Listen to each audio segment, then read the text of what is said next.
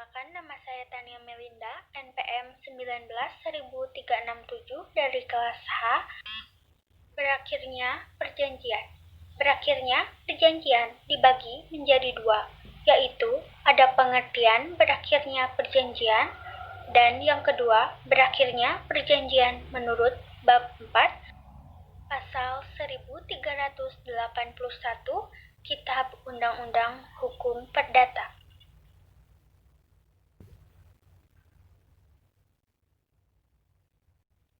Pengertian berakhirnya suatu perjanjian, yaitu berakhir atau hapusnya suatu perjanjian yang telah dibuat oleh kedua belah pihak yang telah melakukan hubungan perikatan.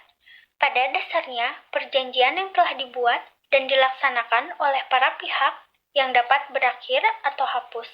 Jika suatu perjanjian tersebut berakhir atau hapus, maka perikatan atau hubungan hukumnya telah berakhir atau hapus juga.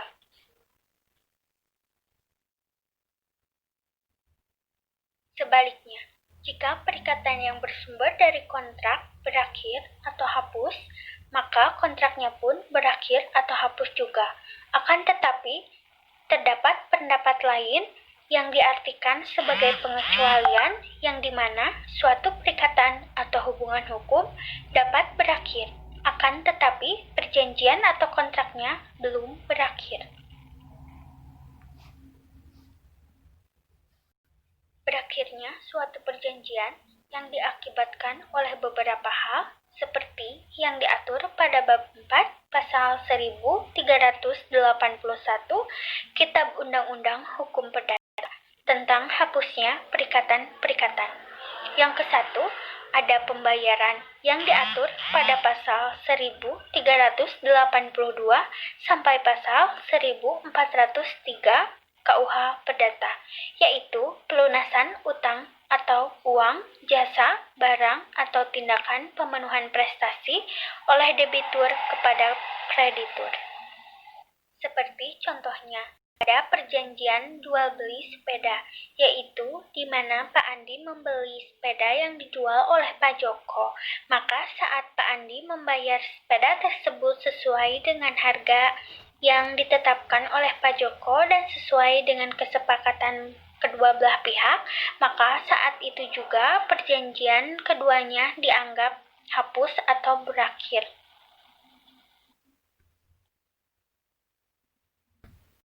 2. Penawaran pembayaran tunai diikuti dengan penyimpanan konsinyasi yang diatur pada pasal 1404 sampai pasal 1412 KUH Perdata, yaitu suatu cara hapusnya perikatan di mana debitur hendak membayar utangnya, namun pembayaran ini ditolak oleh kreditur. Maka kreditur bisa menitipkan pembayaran melalui kepaniteraan pengadilan negeri setempat. Seperti contohnya, Pak Andi mempunyai utang kepada Pak Joko. Akhirnya, Pak Andi membayar utang tersebut kepada Pak Joko, namun Pak Joko menolak menerimanya. Pada kondisi tersebut, Pak Andi dapat menitipkan pembayaran utangnya itu melalui kepaniteraan pengadilan negeri setempat, nanti pengadilan yang akan meneruskannya kepada Pak Joko. Jadi, jika menitipkan melalui pengadilan ini sudah dilakukan, maka utang-utang antara Pak Andi dan Pak Joko dianggap sudah berakhir atau hapus.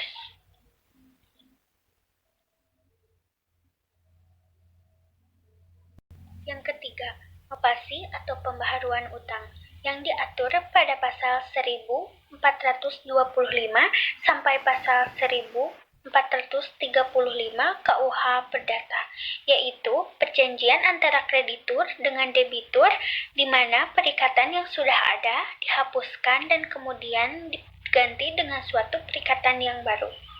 Seperti misalnya, Pak Andi mempunyai utang sebesar 1 juta kepada Pak Joko, akan tetapi Pak Andi tidak sanggup membayar utangnya tersebut.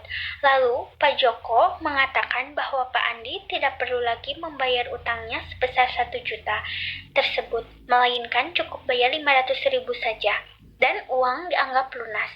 Dalam hal ini, perjanjian utang piutang antara Pak Andi dan Pak Joko yang sebesar Rp1.000.000 dihapuskan dan diganti dengan perjanjian utang piutang sebesar Rp500.000 saja. Berdasarkan kesepakatan kedua belah pihak, maka perjanjian utang piutang antara Pak Andi dan Pak Joko tersebut dianggap telah berakhir atau hapus.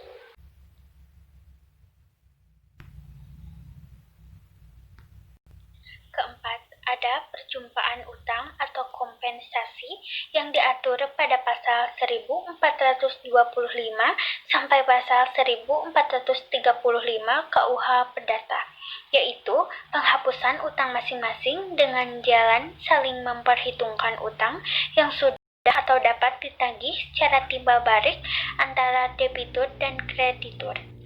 Seperti contohnya, Pak Andi mempunyai utang kepada Pak Joko sebesar Rp500.000, tetapi pada saat yang sama, Pak Joko juga ternyata mempunyai utang kepada Pak Andi sebesar Rp500.000. Maka dalam hal tersebut, utang masing-masing dianggap sudah lunas karena impas dan perjanjian utang piutang tersebut dianggap berakhir atau hapus.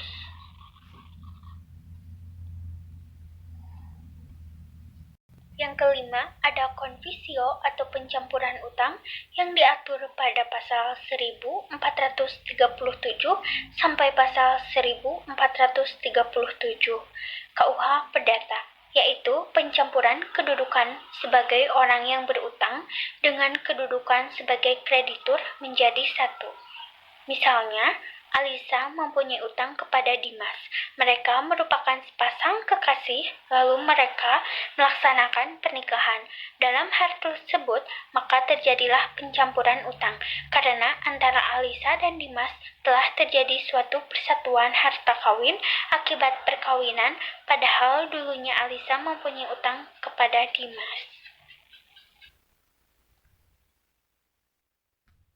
6. Ada pembebasan utang yang diatur pada pasal 1438 sampai pasal 1443 KUH Perdata, yaitu pernyataan sepihak dari kreditur kepada debitur bahwa debitur dibebaskan dari utang-utangnya. Misalnya, Pak Andi mempunyai utang kepada Pak Joko, akan tetapi Pak Joko membebaskan Pak Andi dari utangnya tersebut. Maka, utang piutang di antara kedua belah pihak tersebut dianggap berakhir atau hapus.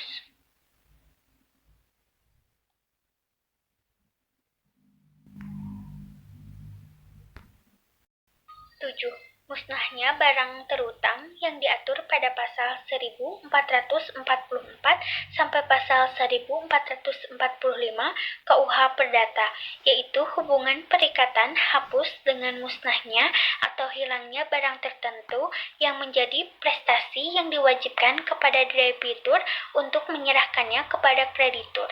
Musnahnya barang yang terutang ini digantungkan pada dua syarat, yaitu syarat miru dan syarat pati.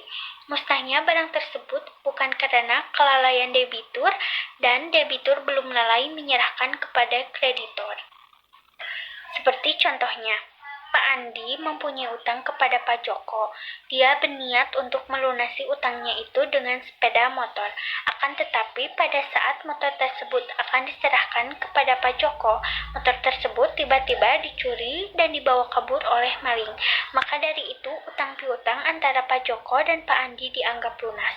Karena bukan gara-gara kelalaian, melainkan ketika Pak Andi dan Pak Joko ketemuan untuk hendak menyerahkan motor tersebut, tiba-tiba ada maling yang mencuri motornya itu.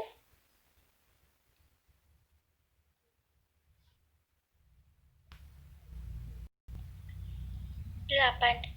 Kebatalan dan pembatalan perjanjian yang diatur pada pasal 1446 sampai pasal 1456 KUH Perdata, yaitu yang dimaksud dengan batal demi hukum. Di dalam pasal 1445 KUH Perdata adalah dapat dibatalkan.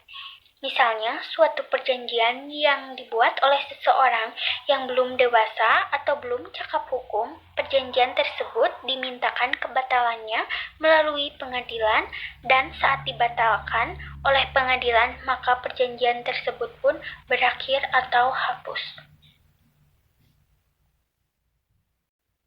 9. Lewatnya waktu atau daluarsa yang diatur pada pasal 1946 sampai pasal 1993 bab 7 buku 4 KUH Perdata, yaitu menurut pasal 1946 KUH Perdata, daluarsa yaitu suatu alat untuk memperoleh sesuatu atau untuk dibebaskan dari suatu perikatan dengan lewatnya suatu waktu tertentu dan atas syarat-syarat yang ditentukan oleh undang-undang. Misalnya, seseorang memiliki tanah pekarangan, akan tetapi tidak diketahui pemiliknya secara berturut-turut selama waktu yang telah ditentukan sesuai dengan undang-undang tanpa ada yang mempersalahkannya, maka yang bersangkutan memperoleh sesuatu karena lewat waktu. 10. Berlakunya syarat batal yang diatur pada pasal 1265 KUH Perdata, yaitu di mana syarat-syarat yang bila dipenuhi akan menghapuskan perjanjian dan membawa segala sesuatu pada keadaan semula seolah-olah tidak ada suatu perjanjian. Perjanjian yang dibuat bertentangan dengan undang-undang, kesusilaan, atau ketertiban umum yang sesuai dengan pasal 1337 KUH Perdata, yaitu adalah batal demi hukum.